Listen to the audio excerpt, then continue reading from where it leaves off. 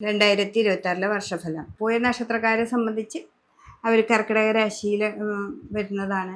കർക്കിടകത്തിൽ ഈ ഒരു വർഷം നമുക്ക് 12-ലായിരുന്നു വ്യാഴം വന്നിരുന്നത്. അതായത് 2025 നമുക്ക് 12-ാം ഭാവത്തിലാണ് വന്നത്. 2026 നമുക്ക് ജൂൺ വരയ്ക്ക് 12-ാം ഭാവത്തിലാണ് വ്യാഴം വന്ന് നിൽക്കുന്നതെങ്കിലും ജൂണിന് ശേഷം നമുക്ക് വ്യാഴം ലഗ്നത്തിലാണ് വന്ന് നിൽക്കുന്നത്. അപ്പോൾ ആ ലഗ്നത്തിൽ വ്യാഴം വരുന്നത് ഏറ്റവും നല്ലൊരു സമയം തന്നെയാണ്. ആ 12 മോക്ഷസ്ഥാനാണ്. അതിൽ നിന്ന് നമ്മുടെ ലഗ്നത്തിൽ എത്തിയിട്ടുണ്ട്. നമുക്ക് പിന്നെ 9-ാം ഭാവത്തിൽ നമുക്ക് ശനീശ്വരൻ വന്ന് നിൽക്കുന്നുണ്ട്. കർക്കിടക രാശിക്കാർക്ക് 9-ലെ ശനി നമുക്ക് ഭാഗ്യത്തെ കൊടുക്കുന്നുണ്ട്. ആത്മീയപരമായിട്ട് ദൈവികമായിട്ട് കുറേ നല്ലത് തരുന്നൊരു സമയമാണ്. അപ്പോൾ ഈ ജൂൺ മാസത്തിൽ തുടങ്ങി നമുക്ക് വ്യാഴത്തിൻ്റെ മാറ്റം വരുമ്പോൾ എന്ന് വെച്ചിട്ടുണ്ടെങ്കിൽ ഉപാസനയൊക്കെ ഉള്ളവർക്ക് ഏറ്റവും നല്ല ഒരു പവർ കിട്ടുന്നൊരു സമയമാണ്. അവർ നന്നായിട്ട് ഉപാസനയൊക്കെ നടത്തുക, പിന്നെ അതിന് സമയം നന്നായിട്ട് കണ്ടെത്തുക. 9-ൽ ആ വ്യാഴം അവിടെ നിൽക്കുകയും വ്യാഴക്ഷേത്രത്തിലാണ് ശനി നിൽക്കുന്നത്. അതാണ് ഈ പ്രാവശ്യം പ്രത്യേകത. ആ വ്യാഴക്ഷേത്രത്തിൻ്റെ ആ വ്യാഴം നമ്മുടെ ലഗ്നത്തിലുമാണ് വരുന്നത്. അപ്പോൾ നല്ല മാറ്റങ്ങൾ വരും. നമ്മൾ ഇപ്പോൾ ജപമൊക്കെ ഉള്ളവരാണെന്നുണ്ടെങ്കിൽ അതൊക്കെ മുടങ്ങിക്കിടക്കുന്നവരാണെങ്കിൽ ഏറ്റവും നന്നായിട്ട് ജപമൊക്കെ നന്നാക്കി എടുക്കാൻ പറ്റും. പിന്നെ ഭാഗ്യ അനുഭവങ്ങൾ പെട്ടെന്ന് നമുക്കൊരു മാറ്റങ്ങളെ ഉണ്ടാക്കാനായിട്ട് നമുക്ക് സാധിക്കുന്നതാണ്. അപ്പോൾ ഈ പോയ നക്ഷത്രക്കാരെ സംബന്ധിച്ച് അവർ 2-ൽ വാക്കുകളെ ശ്രദ്ധിക്കണം.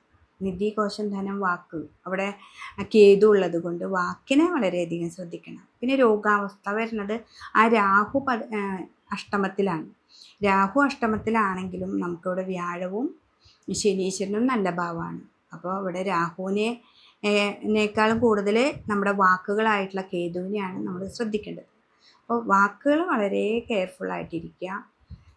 പിന്നെ കുട്ടികളാണെങ്കിൽ ഇൻ്റർവ്യൂവിനൊക്കെ പോകുമ്പോൾ നമുക്ക് പെട്ടെന്ന് ചോദിച്ചാൽ ദേഷ്യം വരുന്ന ഇതൊക്കെ നമുക്ക് അനുഭവത്തിൽ വരും. ആ ദേഷ്യങ്ങളൊക്കെ കുറയ്ക്കുക. അതിന് മെഡിറ്റേഷൻ നന്നായിട്ട് ചെയ്യുക. വാക്കിനെ നിയന്ത്രിക്കണമെങ്കിൽ എപ്പോഴും നമുക്ക് മെഡിറ്റേഷൻ നന്നായിട്ട് വേണം. അല്ലെങ്കിൽ നന്നായിട്ട് ദേവീനെ പ്രാർത്ഥിക്കുക. കേതു എപ്പോഴും ചുവയുമായി ബന്ധമുള്ള ഒരു ഗ്രഹമാണ്. അപ്പോൾ ദേവിയോടാണ് നമുക്ക് നന്നായിട്ട് പ്രാർത്ഥിക്കേണ്ടത്. സഹസ്രനാമം നന്നായിട്ട് ചൊല്ലുക.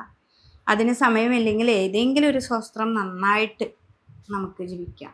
സഹസ്രനാമം എന്ന് പറഞ്ഞാൽ ഇത്തിരി അധികം നേരം ഉണ്ടല്ലോ, ഒരു മണിക്കൂർ നേരം എന്തായാലും പിടിക്കും. അപ്പോൾ അതിനൊന്നും സമയമില്ലെങ്കിൽ നമുക്ക് എന്തായാലും അതിന് പറ്റത്തക്ക ആയിട്ടുള്ള ഒരു സ്വസ്ത്രം നന്നായിട്ട് പഠിച്ചു കഴിഞ്ഞാൽ നല്ലൊരു മാറ്റം ഈ കർക്കിടകം പോയ നക്ഷത്രക്കാർക്ക് വരും. അപ്പോൾ അവർ ശനീശ്വരനാണ് ഏറ്റവും കൂടുതൽ ഭാഗ്യങ്ങളെ കിട്ടാനും. ശിവൻ്റെ അമ്പലത്തിൽ പോവുക, ശിവനെ നന്നായിട്ട് പ്രാർത്ഥിക്കുക, ധാര കൊടുക്കുക, ടെൻഷനൊക്കെ പോകും. പിന്നെ രോഗാവസ്ഥ, ഞരമ്പ് സംബന്ധമായിട്ടുള്ള രോഗങ്ങളൊക്കെ വരാം.